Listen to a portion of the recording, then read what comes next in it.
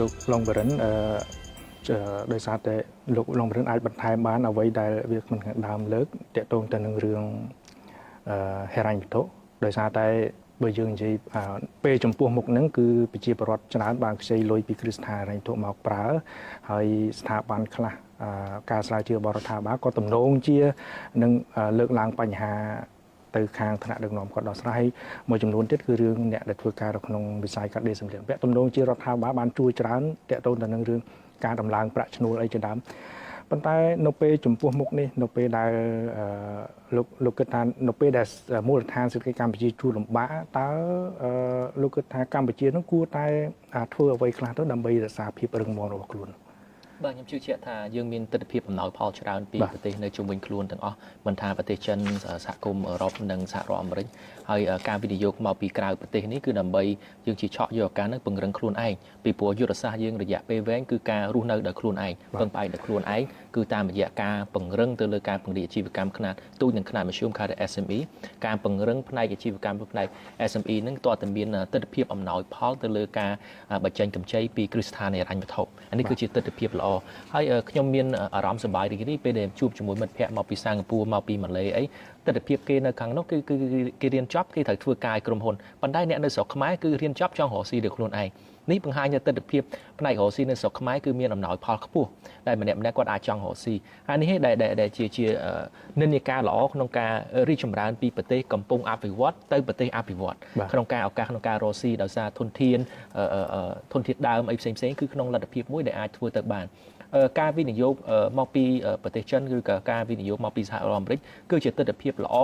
ក្នុងការពង្រឹងខ្លួនយើងរកចំណូលចូលស្រុកដូចជាការពង្រីករោងចក្រឬក៏ការកសាងខុនដូអចលនទ្រព្យអីផ្សេងៗគឺជាឱកាសសម្រាប់យើងកសាងហេដ្ឋារចនាសម្ព័ន្ធដីឡើងថ្លៃគឺប្រជាពលរដ្ឋមានចំណូលពីព្រោះធ្វើម៉េចដើម្បីសេដ្ឋកិច្ចដើរតើតែមនុស្សចាយលុយបើថ្ងៃសៅរ៍អាទិត្យនាំគ្នាដេកទាំងអស់គ្នាអត់ចាយលុយសេដ្ឋកិច្ចអត់ដើរទេអញ្ចឹងធ្វើឲ្យមានចំណូលគឺមនុស្សមានការងារធ្វើក្នុងទស្សនវិជ្ជាបែបហ្នឹងយើងសង្កេតឃើញនៅក្នុងការរីកចម្រើននៅក្នុងឆ្នាំ2018នេះគឺមាននិន្នាការល្អខុសពីឆ្នាំ2013គឺដោយសារតែទស្សនវិជ្ជានយោបាយគឺមានស្ថិរភាពខ្ពស់ហើយគឺបង្ហាញពីទំនុកចិត្តរបស់ប្រជាពលរដ្ឋកម្ពុជាទៅលើការបោះឆ្នោតទំនុកចិត្តរវាងអ្នកវិនិយោគនៅក្រៅប្រទេសមកលើប្រទេសកម្ពុជាផងដែរអញ្ចឹងខ្ញុំរំពឹងទុកថានៅក្នុងខែ9ទៅមុខនឹងមានការវិនិយោគរាប់រយលាននិងរាប់កោតលានច្រើនដើម្បីជួយដល់ការវិនិយោគការទិញផ្ទះការទិញអចលនទ្រព្យដែលក្រ1លានពីព្រោះម្នាក់នាំគ្នាទិញអចលនទ្រព្យ50000 100000 20000ដើម្បីរកបានប្រាក់ចំណេញប៉ុន្តែដើម្បីចំណេញបានតើតើមានអចលនទ្រព្យឬការវិនិយោគធំគម្រោងធំដែលអាចធ្វើឲ្យអចលនទ្រព្យគាត់នឹងឡើងថ្លៃបានអញ្ចឹងនេះគឺជាទស្សនវិជ្ជាល្អដែលយើងរំពឹងទុកថាក្រោយពេលខែ9ទៅកើតឡើងហើយខ្ញុំជឿជាក់ថានៅក្នុងបរិបទរស់នៅដោយមានភាពឯករាជ្យដោយខ្លួនឯងគឺយើងត្រូវពឹងផ្អែកទី1អ្វីដែលយើងមានស្រាប់ទី1គឺការពង្រឹងលើ SME ដោយប្រជាពលរដ្ឋមានលទ្ធភាពរកស៊ីបានច្រើនជាងមុនប្រជាពលរដ្ឋងាកពីកសិកម្មទៅឧស្សាហកម្មទី2គឺផ្នែកវិស័យអប់រំដែលដំណើរការបានអញ្ចឹងប្រជាពលរដ្ឋគឺមានធនធានមនុស្សខ្លាំងគាត់អាចធ្វើចំណាក់ស្រុកពេលដែលធ្វើចំណាក់ស្រុកគឺខ្ញុំនិយាយចំណាក់ស្រុកមនុស្សដែលមានគុណភាពលើកណ្ដាល high level ពេលដែលគាត់ចេញទៅក្រៅគាត់អាចយកបទពិសោធន៍ល្អៗមកប្រើប្រាស់នៅប្រទេសកម្ពុជាវិញបានការបង្រឹងធនធានមនុស្សល្អគឺពេលដែលយើងក្រុមហ៊ុនឯកជនផ្សេងៗ CEO ធំគឺសុទ្ធតែខ្មែរនេះគឺជាទស្សនវិជ្ជាខុសពីប្រហែលឆ្នាំមុនហើយខ្ញុំឃើញពេលបច្ចុប្បន្នគឺមាន CEO ខ្មែរច្រើនដែលមានប្រាក់ខែរហូតដល់$10000ក្នុងមួយខែ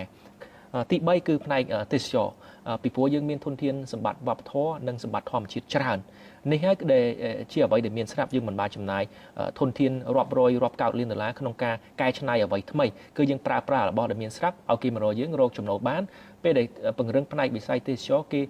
អាចរកចំណូលបានហើយគេអាចសិក្សាពីបរិបទដែលអាចរកស៊ីបាននៅស្រុកខ្មែរទៀតបើសិនជាប្រៀបធៀបជាមួយក្រុមហ៊ុននេះដូចជាការធ្វើ marketing អញ្ចឹងយើងមិនបាច់ទៅចាយលុយ marketing គេមកមើលកន្លែងយើងបង្ហាញ marketing គេហើយគេអាចរកស៊ីបានទាំងអស់ហ្នឹងគឺជាខ្លឹមសារល្អៗដែលខ្ញុំសម្លឹងឃើញពីប្រទេសកម្ពុជានៅក្នុងឆ្នាំ2018បាទប៉ុន្តែខ្ញុំចង់រំលឹករឿងការវិនិយោគរបស់ចិនឯជាដើមដោយសារតែព័ត៌មានច្រើនមើលទៅជាការវិនិយោគចិនជារូបភាពមួយដែលឆ្លុះបញ្ចាំងពីដំណើរការនៃការអភិវឌ្ឍសេដ្ឋកិច្ចកម្ពុជាឲ្យរីកចម្រើនឬក៏បង្ហាញជារូបភាពក្រុមឈ្នះក្រុមចាញ់ក្រុមអ្នកឈ្នះក្រុមអ្នកចាញ់កម្រិតអ្នកមានអ្នកក្រកាន់តែច្រើន បាទយើងសង្កេតឃើញ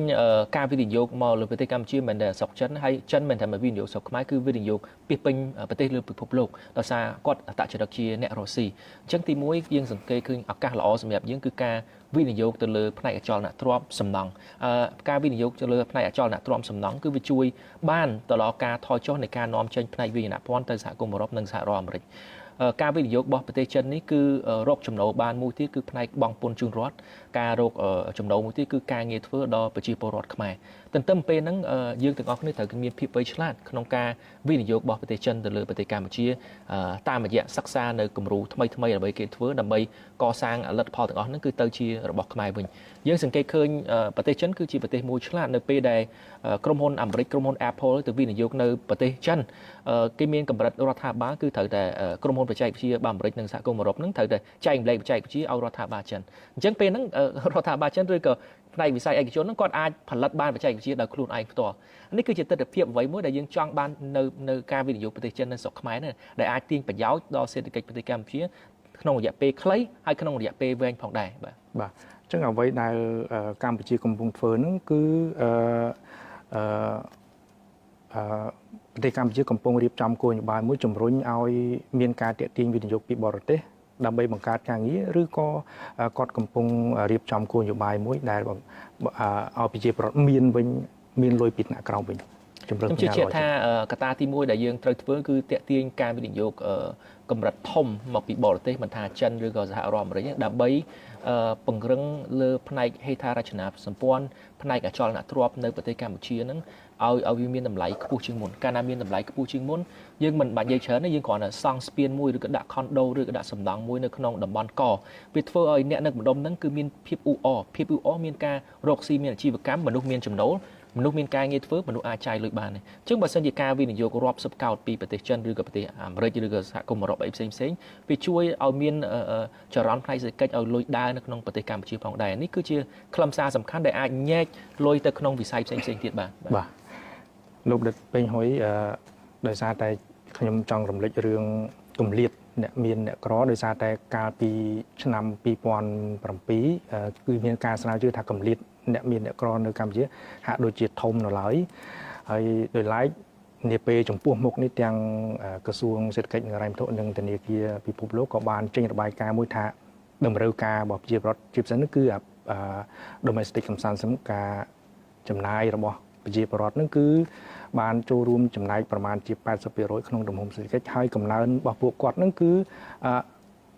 មានកំណើនប្រចាំឆ្នាំនឹង 10% តើលោកបណ្ឌិតគិតថាកំណើន 10% ប្រចាំឆ្នាំនឹងឆ្លុះបញ្ចាំងពីការភ្ជាប់គម្លាតអ្នកមានអ្នកក្រទេឬក៏លោកបណ្ឌិតគិតផ្សេងទៀត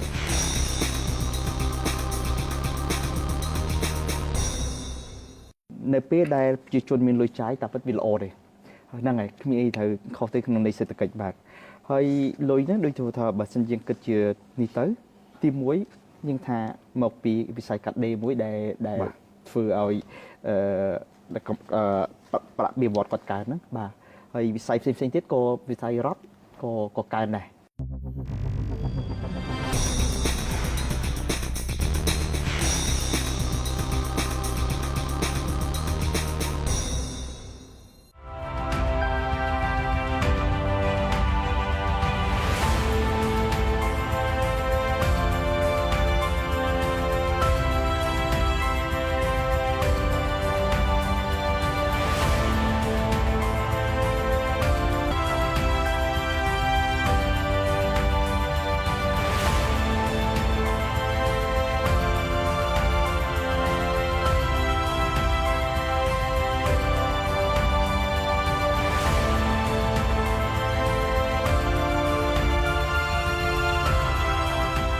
លោកដិតពេញហុយ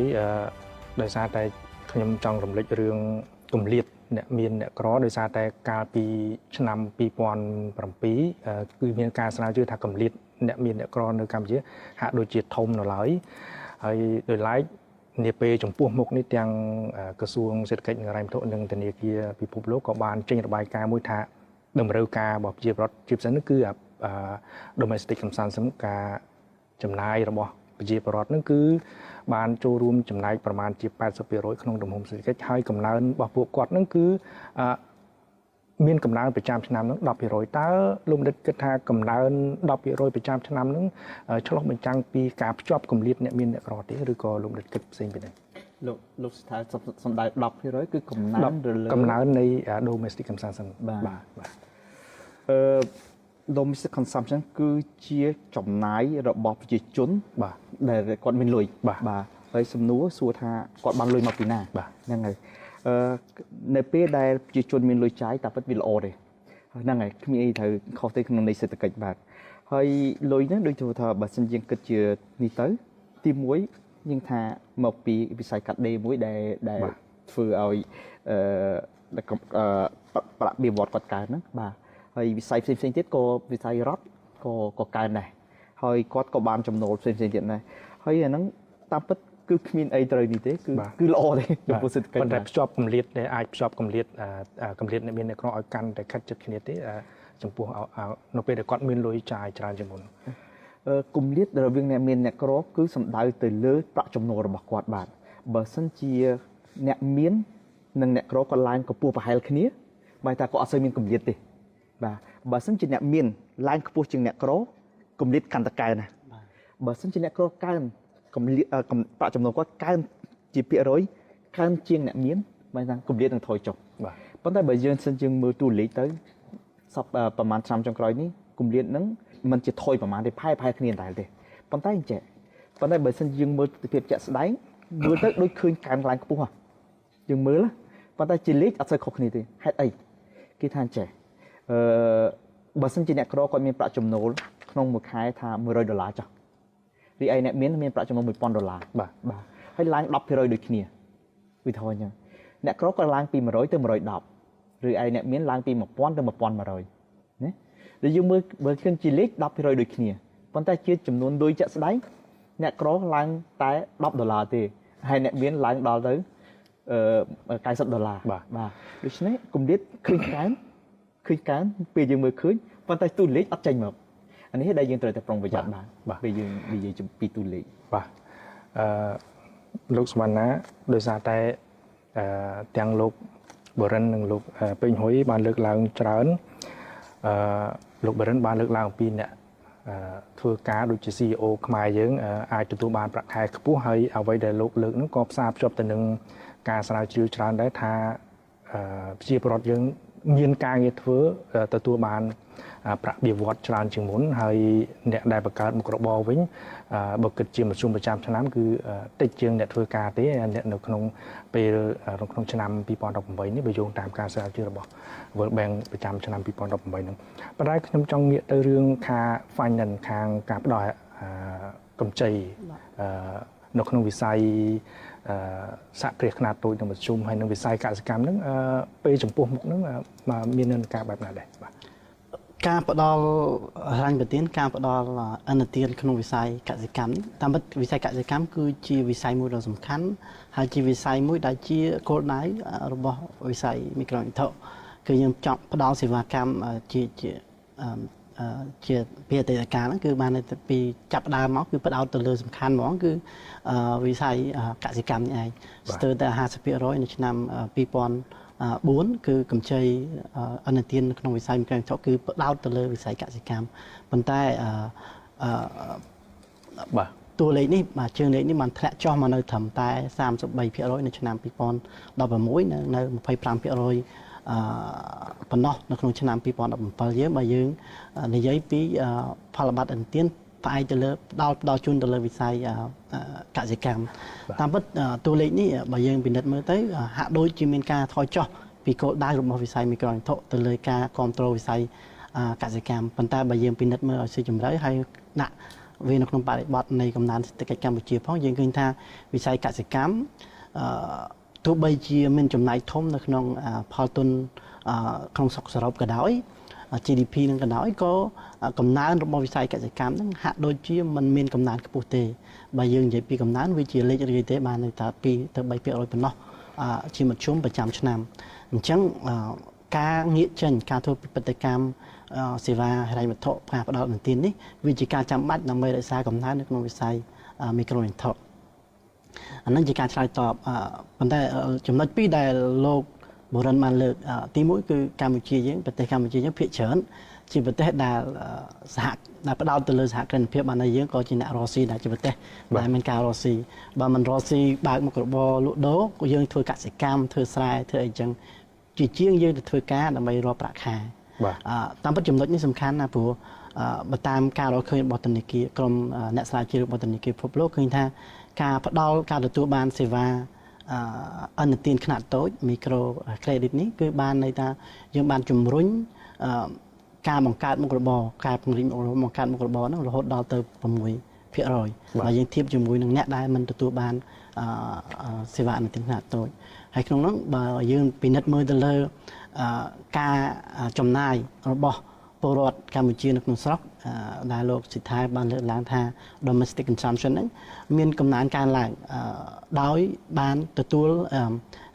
ហិរញ្ញវត្ថុពីវិស័យមីក្រូហិរញ្ញវត្ថុដែរដូចជាជំរុញការចំណាយទៅលើការថែទាំសុខភាពរហូតដល់22%ធៀបជាមួយអ្នកដែលមិនទទួលបានសេវាកម្ចីពីមីក្រូហិរញ្ញវត្ថុហើយក្នុងហ្នឹងក៏ការទទួលបាននៅសេវាមីក្រូអនុទាននេះ micro credit នេះក៏បានចូលរួមកាត់បន្ថយនៅអត្រាប្រជាពលរដ្ឋរស់នៅក្រៅបន្ទាត់ក្រីក្រដែរជាទូទៅគឺពី1ទៅ3%ក្នុងមួយឆ្នាំបើយើងគិតជាពិន្ទុបានន័យថាពី19ពីមកធ្លាក់មកនៅ 13.5 នៅក្នុងឆ្នាំ2015ហើយបន្តធ្លាក់ចុះ2014ហើយបន្តធ្លាក់ចុះទៀតជាការចូលរួមចំណែកនៅក្នុងការរបស់វិស័យមីក្រូហិរញ្ញវត្ថុក្នុងការផ្ដល់សេវាកម្ចីអនុទានខ្នាតតូចនេះហើយយើងក៏ពិនិត្យមើលទៅលើចំណុចមួយទៀតដែលលោកបរិនបានលើកឡើងហ្នឹងថាភាគច្រើនhuman capital គឺធនធានមនុស្សរបស់កម្ពុជាមានកំណើនកើនឡើងជារៀងរាល់ឆ្នាំបាទមាន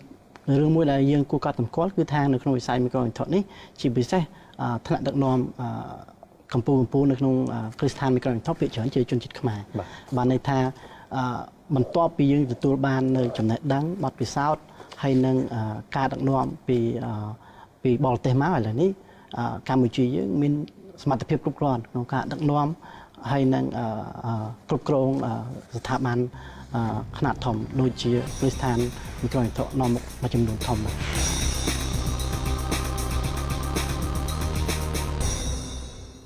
នៅក្នុងវិស័យហិរញ្ញវត្ថុនេះយើងត្រូវពង្រឹងច្រើនជាពិសេសដូចជ្រាបលើកកម្ពស់ការយល់ដឹងពីការប្រើប្រាស់គ្រប់គ្រងហិរញ្ញវត្ថុលុយកាក់នៅក្នុងកម្រិតគ្រួសារក៏ដូចជាលើកកម្ពស់ការយល់ដឹងពីសិទ្ធិហើយនិងកាតព្វកិច្ចរបស់បងប្អូនប្រជាពលរដ្ឋកម្ពុជាដែរ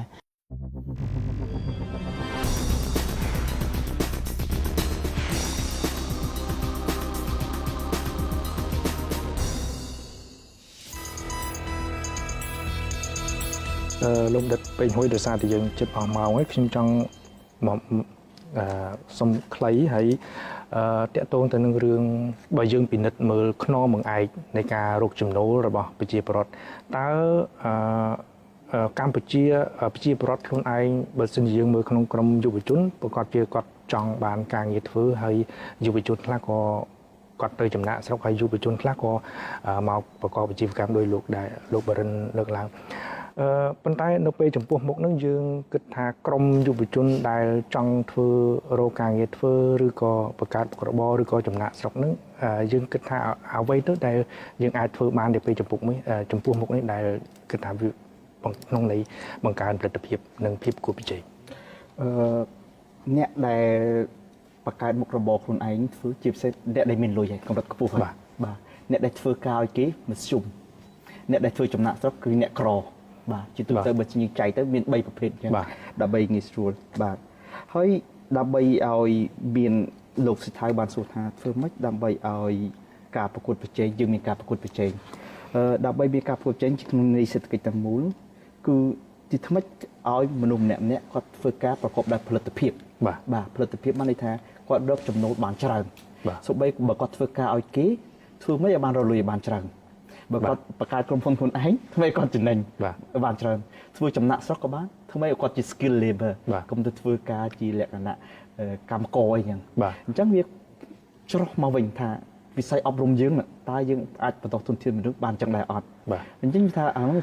ជាកាតព្វកិច្ចរបស់វិស័យទាំងមូលហើយបាទដែលយើងត្រូវប្រឹងទាំងអស់គ្នាបាន លោកបរិនគិតយល់យ៉ាងម៉េចដែរចំពោះខ្នងបង្អែកនៃការរួមចំណូលរបស់ប្រជាពលរដ្ឋជាពិសេសក្រុមយុវជន ខ្ញុំជឿជាក់ថាយុទ្ធសាស្ត្រឈ្នះឈ្នះដើម្បីធ្វើឲ្យសេដ្ឋកិច្ចដើរធ្វើមិនឲ្យមនុស្សមានលុយចាយហើយធ្វើមិនឲ្យមានមនុស្សលុយចាយគឺមានពីរជំរើសទី1គឺការរីកចម្រើននៃក្រុមហ៊ុនដើម្បីផ្ដល់ការងារទៅបុគ្គលដែលឆ្លងកាត់សាលារៀនទី2គឺការពង្រីកសហគ្រិនភាពចំពោះអាជីវកម្មខ្នាតទូចជាពិសេសគឺខ្នាតទូចហើយនិងខ្នាតមធ្យមបើខ្នាតទូចមានចំនួនច្រើនហើយដើម្បីធ្វើម៉េចឲ្យមនុស្សមានបរិយាកាសល្អក្នុងការធ្វើអាជីវកម្មទី1តទៅមនុស្សមានការយល់ដឹងការអប់រំនៅផ្នែកអាជីវកម្មយើងបើគិតទៅមើលសិនទៅបរិយាមនុស្សរស់ស៊ីអាចបរៀន1ឆ្នាំប៉ុន្តែបរិយាមនុស្សឲ្យចេះធ្វើការគេអាច4ឆ្នាំចូលបញ្ញាបត្រហើយធ្វើម៉េចឲ្យមានបរិយាកាសល្អសម្រាប់ការរស់ស៊ីនៅក្នុង20ទាំងអស់ទាំងខេត្តក្រុងទាំងអស់នៅក្នុងប្រទេសកម្ពុជាទី1គឺហេដ្ឋារចនាសម្ព័ន្ធល្អទី2គឺការយល់ដឹងគឺវិស័យទេសចរជាពិសេសទេសចរនៅក្នុងស្រុកហ្នឹងមកដែលខ្មែរយើងមិនទៅពេលថ្ងៃបុណ្យឈប់សម្រាកយើងអត់ទៅដើរលេងស្រុកក្រៅយើងដើរលេងទៅមណ្ឌលគិរីទៅកំពង់សោមផ្សេងហើយការពង្រីកការពង្រឹងលើហេដ្ឋារចនាសម្ព័ន្ធល្អហ្នឹងគឺយើង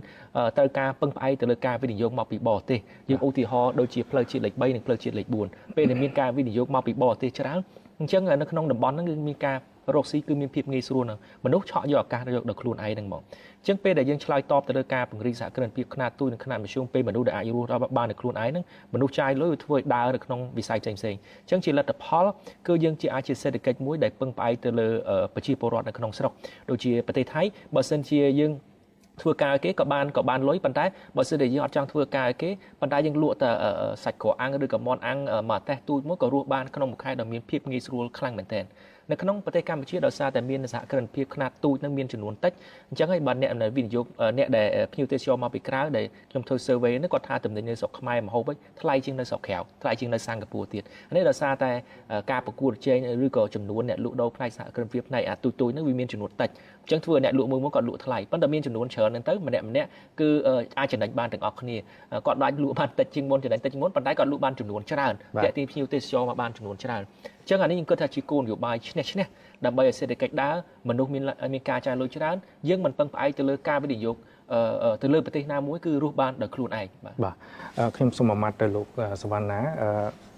ដោយសារតែលោកបរិនបានលើកឡើងពីចំណេះដឹងនៃការប្រើប្រាស់ហិរញ្ញវត្ថុដែលគ្រប់គ្រងដល់ការបង្កើតអាជីវកម្មមើលទៅនៅក្នុងផ្នែកកម្ចីប្រជាពលរដ្ឋដែលខ្ចីប្រាក់យកទៅប្រកបមុខរបរហ្នឹង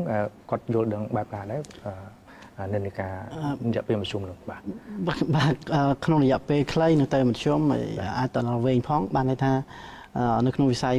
ហិរញ្ញវត្ថុនេះយើងត្រូវពង្រឹងច្រើនជាពិសេសបញ្ជ្រាបនិងលើកកម្ពស់ការយល់ដឹងពីការប្រើប្រាស់គ្រប់គ្រងហិរញ្ញវត្ថុលុយកាក់នៅក្នុងកម្រិតគ្រួសារក៏ដូចជាលើកកម្ពស់ការយល់ដឹងពីសិទ្ធិហើយនឹងកាតព្វកិច្ចរបស់បងប្អូនប្រជាពលរដ្ឋកម្ពុជាដែរវាជារឿងសំខាន់ដែលយើងត្រូវតែបន្តធ្វើហើយត្រូវតែសហការគ្នាបានសរុបមកដើម្បីធ្វើម៉េចជំរុញនៃការយល់ដឹងទាំងក្នុងការប្រើប្រាស់ការគ្រប់គ្រងលុយកាក់និងការពង្រីកមុខរបរការសម្រេចចិត្តក្នុងការវិនិយោគដោយប្រើប្រាស់មូលធនពីខាងក្រៅបានន័យថាយើងទទួលឥណទានឬមកក៏យើងខ្ចីប្រាក់ពីគ្រឹះស្ថានមីក្រូហិរញ្ញវត្ថុអីជាដើមហ្នឹងក៏ដូចជាការយល់ដឹងពីសិទ្ធិហើយនឹងទូនាទីរបស់ខ្លួនឯងក្នុងនាមជាអតិថិជនបើទោះបីជាយើងជាអតិថិជនមិនមែនបានន័យថាយើងត្រូវតែធ្វើគ្រប់បែបយ៉ាងតាមលក្ខខណ្ឌឬមួយក៏ការកំណត់របស់គ្រឹះស្ថានដែលជាអ្នកផ្ដល់សេវាទេយើងមានសិទ្ធិហើយយើងមានទូនាទីរបស់យើងក្នុងនាមជាអតិថិជនហើយវាជារឿងសំខាន់ដែលយើងត្រូវតែបន្តធ្វើការរួមគ្នាដើម្បីធានាថាពីឥឡូវទៅដល់ពេលមធ្យមយើងអាចធ្វើម៉េចលើកកម្ពស់ការយល់ដឹងក៏ដូចជាបញ្ជ្រាបនៅចំណេះដឹងផ្នែកការគ្រប់គ្រងហិរញ្ញវត្ថុនេះដល់ពលរដ្ឋកម្ពុជាយើងឲ្យបានទូលំទូលាយបាទដោយសារតែអស់ម៉ោងខ្ញុំសូមបញ្ចប់កិច្ចពិសាទៅនេះខ្ញុំបាទសូមអរគុណដល់លោកសវណ្ណាលោកដិតពេញហុយនិងលោកបរិនដែលបានចូលរួមកិច្ចពិសាយ៉ាងក្បោះក្បាយរឿងភាពរឹងមាំសេដ្ឋកិច្ចកម្ពុជានៅក្នុងឆ្នាំ2018នេះបាទនៅពេលនេះកម្មវិធីអាស៊ាន Connect របស់ស្ថានីយ៍ទូរទស្សន៍ PNN បានដល់ទីបញ្ចប់ហើយខ្ញុំបាទអានសិដ្ឋាវជាអ្នកសម្របសម្រួលកម្មវិធីនិងក្រុមការងារទាំងអស់សូមអរគុណនិងសូមជម្រាបលា